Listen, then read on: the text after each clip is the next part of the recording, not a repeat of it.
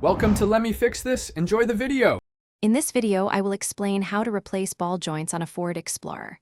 Worn ball joints can compromise your vehicle's handling and safety, so addressing them promptly is crucial.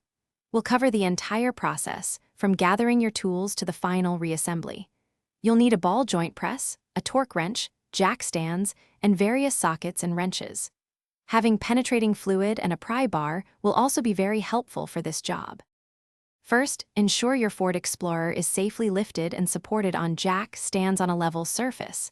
This is a critical safety step. Next, remove the wheel, then carefully unbolt and hang the brake caliper, followed by removing the brake rotor.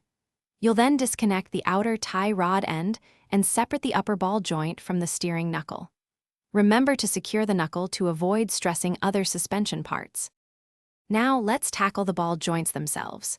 For the lower ball joint, locate and remove the snap ring. Then, using your ball joint press with appropriate adapters, carefully press the old ball joint out of the control arm. Once removed, thoroughly clean the bore in the control arm.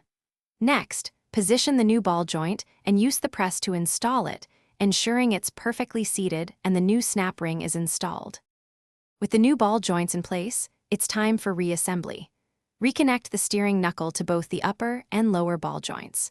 Torque the lower ball joint nut to 111 foot-pounds and the upper ball joint nut to 41 foot-pounds.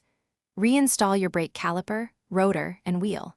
Finally, it's absolutely essential to get a professional wheel alignment to ensure proper handling and tire wear. Thanks for watching. If you found this helpful, don't forget to like and subscribe.